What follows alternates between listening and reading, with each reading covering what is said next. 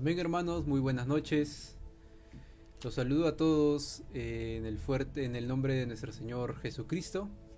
Hoy día vamos a comenzar una nueva serie de prédicas. Ya lo han estado viendo seguramente en las publicaciones por la tarde. Vamos a estar dando la serie de las parábolas de Jesús, ¿no? Y hoy día vamos a comenzar con la parábola del Hijo Pródigo, ubicado en el libro de Lucas, capítulo 15. Amén, hermanos. Entonces, para poder escuchar y estar atentos a lo que el Señor tiene en esta noche para cada uno de nosotros, vamos a cerrar nuestras vistas y vamos a orar para que sea Él guiándonos a través de su palabra. Oh Señor, gracias te damos en esta noche porque tú, Señor, nos concedes el tiempo de poder estar aquí, Señor, en este espacio del internet para poder estar compartiendo, Señor, de tu palabra y así también poder alimentarnos, Señor, nosotros y también las personas que nos están viendo, Señor. Te pedimos ahora que seas tú, Señor, abriendo nuestro corazón, Señor, poniendo en cada uno de nosotros ese sentir, Señor, esa sed de querer escuchar de ti y de querer aprender un poco más, Señor, de cómo ser y cómo llegar a ser esas personas que tú quieres que cada uno de nosotros alcancemos a poder ser, Señor, en este mundo. Te damos gracias, Señor, porque tú haces todo por nosotros día a día, tú nos cuidas, tú siempre estás a nuestro lado y tú nunca nos desamparas, Señor, aún en medio de esas adversidades que estamos pasando, Señor. Guíanos a través de tu palabra en esta noche y sé tú hablándonos directamente a nuestro corazón. Te pedimos todo esto en el nombre de tu Hijo amado Jesús. Amén, amén y amén. Bien, hermanos, entonces hoy día nos toca hablar acerca de la parábola del Hijo Pródigo. Y esta parábola, creo yo, es bastante ya conocida, ¿no? Muchas veces lo hemos escuchado desde la escuela dominical, en la iglesia. Han visto muchas ocasiones en las que se ha predicado acerca de esta parábola, siempre la repetimos constantemente y creo yo que en sus casas también es común poder leer esta parábola, ¿no? Creo que ya sabemos cada uno de nosotros de qué es lo que se trata y siempre le hemos dado el significado de quizás el amor grande que nuestro Señor Jesús tiene por cada uno de nosotros, ¿no? Por el hecho de que nosotros nos arrepintamos y regresemos a Él. Y esta parábola es muy bonita en sí, es muy bonita, es muy significativa y creo yo que cada vez que nosotros la leemos nos hace sentir ese éxtasis por la historia de amor que viene de un padre hacia su hijo, ¿no? Y eso refleja también el amor de nuestro Dios hacia cada uno de nosotros como su creación. Y esta historia básicamente trata de un padre que tiene dos hijos y el menor de ellos, cuando llega a cumplir la mayoría de edad, le pide la herencia, ¿no? La parte que le corresponde. Este hijo, al ver que el padre le concede la petición que él quiso y le da su herencia, sale, se va de la casa y comienza en otra ciudad a despilfarrar todo lo que se le dio, ¿no? A gastarlo innecesariamente, entre muchas otras cosas. Al ver este hijo quizás que se quedó sin nada y lo gastó todo absolutamente demasiado rápido, pues al verse en la necesidad comienza a trabajar, ¿no? Cuidando cerdos. Y en esa etapa de su vida en la que quizás se encuentra sin nada, comienza a recapacitar y comienza a pensar de que él puede anhelar o anhela que regresar a la casa de su padre y aunque sea su padre lo trate como a uno de sus siervos, ¿no? Y para sorpresa de él, cuando él toma esta acción y quiere regresar a la casa de su padre, para sorpresa de él, su padre lo recibe con brazos abiertos, ¿no? Él no se siente digno, pero su padre lo recibe con brazos abiertos, porque su hijo, el que se había perdido, había regresado. Y también el hermano mayor, pues vemos que tuvo la acción que él tomó fue contraria a lo que hizo su padre, sino que él incluso se enojó porque su padre había matado al cordero más gordito, ¿no? Y básicamente esa es la historia que nos relata el libro de Lucas capítulo 15 acerca del hijo pródigo, ¿no?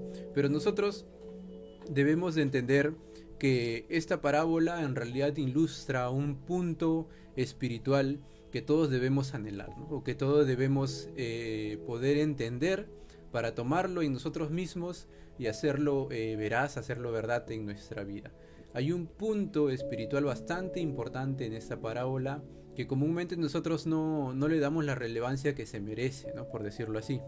Nosotros sabemos que el amor de Dios es como un padre, ¿no? Él es como un padre para cada uno de nosotros y el amor que Él tiene para cada uno de nosotros es enorme, es incondicional, es tan grande que en realidad nosotros muchas veces no lo podemos llegar a entender, ¿no? Eso es muy cierto. Y también nosotros sabemos que aún siendo pecadores, Jesús dice la palabra que es fiel y justo para perdonarnos de todos nuestros pecados y limpiarnos y poder llegar a ser hechos nuevas criaturas, ¿no? Todo eso nosotros lo sabemos muy bien, pero esta parábola, aparte de darnos estas enseñanzas, de recalcarnos estos puntos, revela un punto espiritual bastante importante, ¿no? Y para eso nosotros debemos de analizar esta parábola, obviamente en el contexto en el que Jesús la dice, ¿no? Y el contexto nosotros lo podemos encontrar en los primeros versículos de Lucas, Lucas capítulo 15, el versículo del 1 al 2 dice lo siguiente. Dice, se acercaban a Jesús todos los publicanos y pecadores para oírle.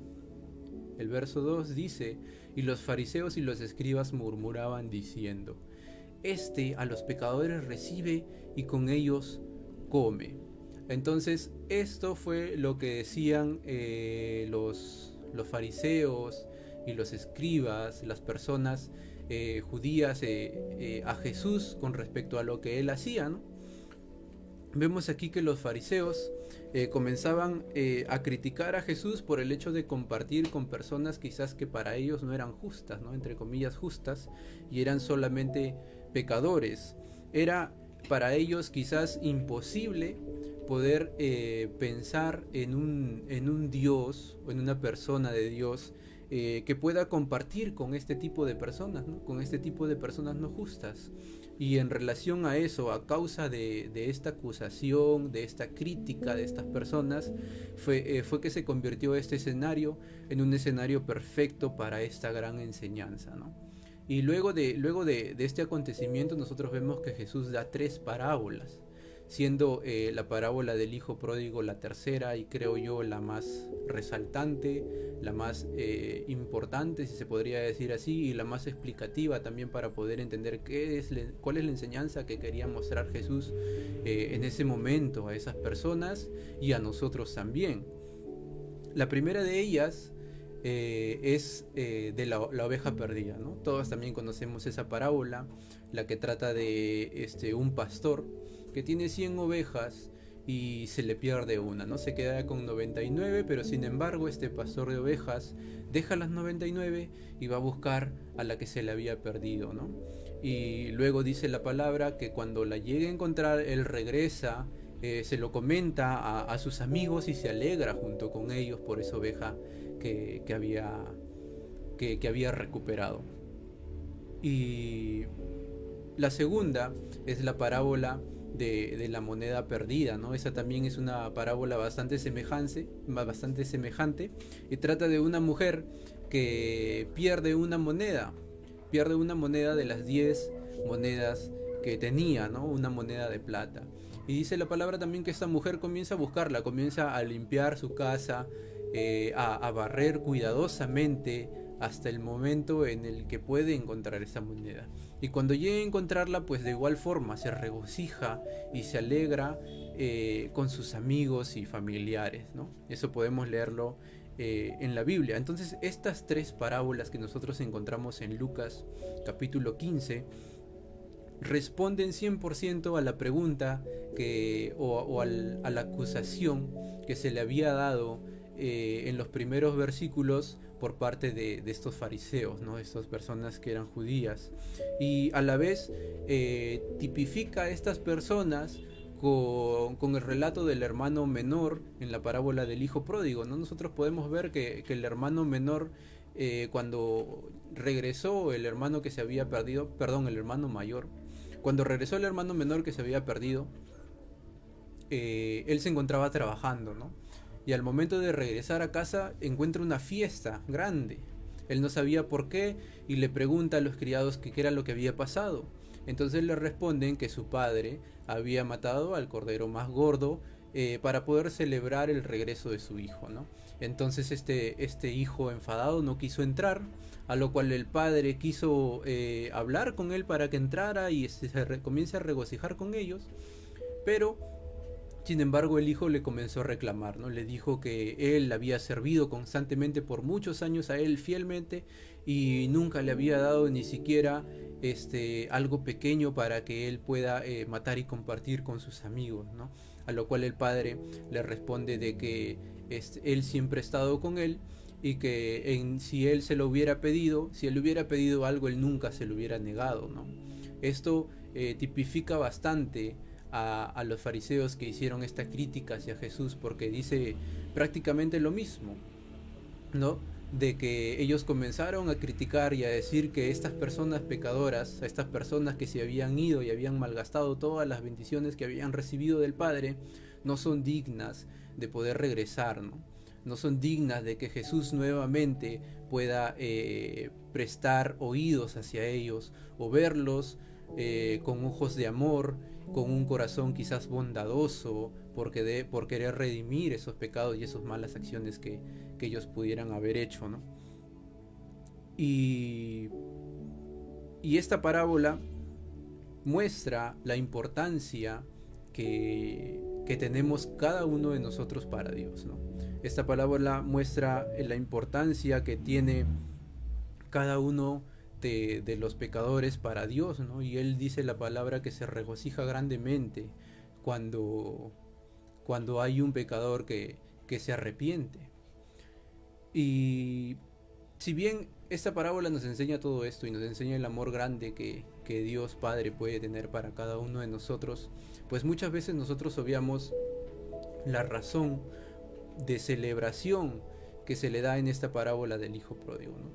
Vamos a leer el verso 7, que es la parábola de la oveja perdida, por ejemplo. Dice: os digo que así habrá más gozo en el cielo por un pecador que se arrepiente que por 99 justos que no necesitan de arrepentimiento. Eso es lo que dice Jesús como explicación a la parábola de la oveja perdida que había dicho, ¿no? Él no se refiere a que quizás no les da importancia o menosprecia a los justos, ¿no? A los 99 justos que no necesitan arrepentimiento. No, eso no es lo que quiere decir, sino que él deja en claro el propósito por el cual él había venido a este mundo, ¿no? Que era el llamar a las personas hacia el arrepentimiento. Y para él valía mucho más, o era mucho más digno quizás de alegría o de poder regocijarse de que una persona injusta se arrepienta a 99 justos que no necesitan arrepentimiento, ¿no? Eso era lo que quería decirles el Señor Jesús en todo esto. Y esto, nuevamente, como ya lo hemos estado hablando en las prédicas anteriores, acerca de las bienaventuranzas, es bastante importante, porque las bienaventuranzas nosotros comenzamos con ¿cuál? Con la de bienaventurados los pobres de espíritu. Y esto se hablaba acerca del estado de la persona de aceptarse como pecador y de reconocer a Dios como su único Salvador. Este estado es bastante importante para Jesús y eso es lo que a él más le llena de gozo. Que una persona acepte su estado como pecador y que acepte la dependencia absoluta que tiene de él. Eso es lo que importa a Dios y eso es lo que quiere para cada uno de nosotros, ¿no? Que nosotros constantemente tengamos esa posición en mente, de que nosotros no nos merecemos nada porque somos pecadores y que nosotros necesitamos y dependemos absolutamente de Dios con respecto a nuestro estado, ¿no? También en el verso 10 de la parábola de la moneda perdida, Jesús dice lo siguiente: así os digo que hay gozo delante de los ángeles de Dios por un pecador que se arrepiente. Nuevamente Jesús da la explicación de la parábola de la moneda perdida con estas palabras, ¿no? De que es mucho más importante y de que hay gozo incluso delante de los ángeles por un pecador que se arrepiente. De igual forma, en la parábola del hijo pródigo, que es la parábola central que nosotros estamos viendo, en el verso 21 dice: y el hijo le dijo: Padre, he pecado contra el cielo y contra ti, y ya no soy digno de ser llamado tu hijo, ¿no? Nosotros vemos el arrepentimiento claro en el hijo. Y justamente por eso, ¿qué hubiera pasado si esta persona, si este hijo no se hubiera arrepentido, ¿no? Obviamente la reacción del padre quizás hubiera sido distinta, o incluso ni siquiera se hubiera acercado a la casa del padre, ¿no? Es lo mismo que puede pasar con cada uno de nosotros. Si nosotros no nos arrepentimos, no hay ese sentimiento quizás de reconocer la posición que tenemos como pecadores, puede suceder esto mismo. Ni siquiera nos vamos a querer acercar a Dios, y podemos quizás seguir sumergidos, ¿no?, en todo lo que nosotros, o en todas las cosas malas que podemos hacer. Siempre es muy importante ese sentimiento de arrepentimiento. Y ahora también hay algo bastante importante que poder reconocer, porque muchas veces, o al menos yo he podido ver que algunas personas quizás tienen una vida constante de estar bien, de seguir la palabra de Dios, de hacer la voluntad de Dios, y cuando quizás vienen pruebas y estas personas llegan quizás a caer o a hacer algo malo que no va acorde o que está mal ante los ojos de Dios, estas personas sí tienen ese sentimiento de arrepentimiento, pero cuando confiesan sus pecados a Dios, dice la palabra que Él ya nos ha perdonado, ¿no? Él es fiel y justo para perdonarnos. Pero muchas veces estas personas están tan sumergidos en ese estado de arrepentimiento, de que incluso habiendo confesado su pecado a Dios y Él habiéndolos perdonados, ellos no se sienten lo suficientemente quizás perdonados, ¿no? Y siguen sumergidos en la culpa del pecado que pueden haber hecho. Eso también es algo que a nosotros nos puede jugar en contra, ¿no? Por eso es muy necesario poder tener en claro nuestra posición, sí, de personas que quizás no merecemos nada por nuestro estado de pecado, pero también debemos de reconocer 100% a que Dios es el único que puede librarnos de eso, ¿no? Y si Él nos perdona, pues entonces nosotros vamos a estar limpios, y debemos de creer de que Él nos ha perdonado. Y esto es bastante importante con respecto a esta parábola que estamos tratando el día de hoy, que es la parábola del hijo pródigo. Amén, hermanos. Espero que esta parábola nos haya servido a cada uno de nosotros para poder reconocernos, para poder reconocer quizás el estado en el que nos encontramos y las bondades que siempre tiene Dios para todos aquellos que se arrepienten de todos sus males. Amén. Pues bien, vamos a orar entonces para que nuestro Señor sea bendiciéndonos en todo lo que quede el día de hoy y también en nuestro despertar el día de mañana. Cerramos nuestras vistas. Oh Señor, gracias te damos por todas las bendiciones, Señor, que tú nos concedes a través de tu palabra, porque tú, Señor, nos instruyes y siempre, Señor, nos enseñas muchas cosas buenas de cómo actuar, cómo moldear, Señor, nuestro carácter, cómo hacernos mejores cristianos y cómo seguir siempre fiel a tu palabra, Señor. Te damos gracias porque tú, Señor, nos has enseñado muchas cosas en esta noche bastante importantes, Señor, para nuestra vida, para poder mejorar, Señor, cada uno de nosotros. Y ahora te pedimos que seas tú bendiciéndonos y acompañándonos durante todo lo que queda de nuestro día, Señor, el día de mañana de igual forma. Te pedimos todo esto en el nombre de tu Hijo amado de Jesús. Amén, amén y amén. Amén, hermanos. Entonces vamos a pasar a los saludos para todas las personas que nos han estado viendo en esta noche. Saludos fuertes a nuestra hermana Miriam Velázquez, a la familia Correa Zapata, en especial a nuestro hermano Christopher, que siempre exige ahí que le den un celular o prendan una computadora para poder escuchar las prédicas del Señor. A nuestra hermana a la familia Velázquez y Fuentes, a nuestro hermano Johnny Saldarriaga, a la familia Correa Gamboa, a la familia Vargas Correa, a Lucero Matos, a Nati Valiente, a la familia Rincón Correa, a Jennifer Ariza, a Luisa García, a Leila Rojas, a Yari Martínez, a nuestra hermana Cintia Godoy, a Saraí Ariza, a Gabriela Chero, a Yera Ariza, a Ámbar Ariza y a nuestro hermano Mario Barrientos, y también para toda su familia, su esposa y sus hijos. Y entonces el día miércoles, el día de mañana, perdón, vamos a estar dando la parábola de el rico insensato. No vamos a seguir con estas parábolas, de las parábolas de Jesús. Son, si no me equivoco, 8 o 9 parábolas que vamos a tratar dentro de esta serie de prédicas, y mañana nos toca la parábola del rico insensato. Amén, hermanos. Entonces los esperamos mañana a las 8 en punto, de igual forma que el día de hoy, y bendiciones para todos ustedes, hermanos.